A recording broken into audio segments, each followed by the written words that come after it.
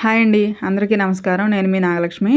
ఎలా ఉన్నారు? అందరూ బాగున్నారా? నేను చాలా బాగున్నానండి. ఈరోజు వీడియో వచ్చేసి Bigg Boss season 9 second week Sunday episode గురించి అనమాట.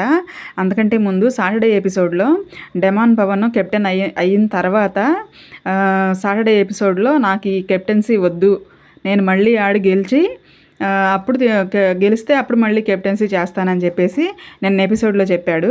ఎందుకంటే అంతకుముందు కెప్టెన్సీ టాస్క్లో రీతు సంచాలకగా ఉండి తనకి కావాలని గెలిపించింది అని చెప్పేసి అన్నారు. కాబట్టి అయితే గేమ్ అయితే ఇతను తప్పేం లేదు, గేమ్ అయితే పర్ఫెక్ట్గానే ఆడాడు.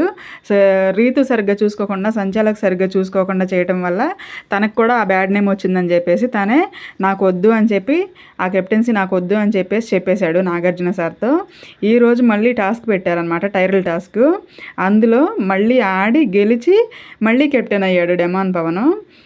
తన సత్తా నిరూపించుకున్నాడు అనిపించింది చూడంగానే, హ్యాపీగా అనిపించింది అనమాట. డెమాన్ పవన్ మళ్ళీ కెప్టెన్ అయ్యాడు. Thank you for watching friends.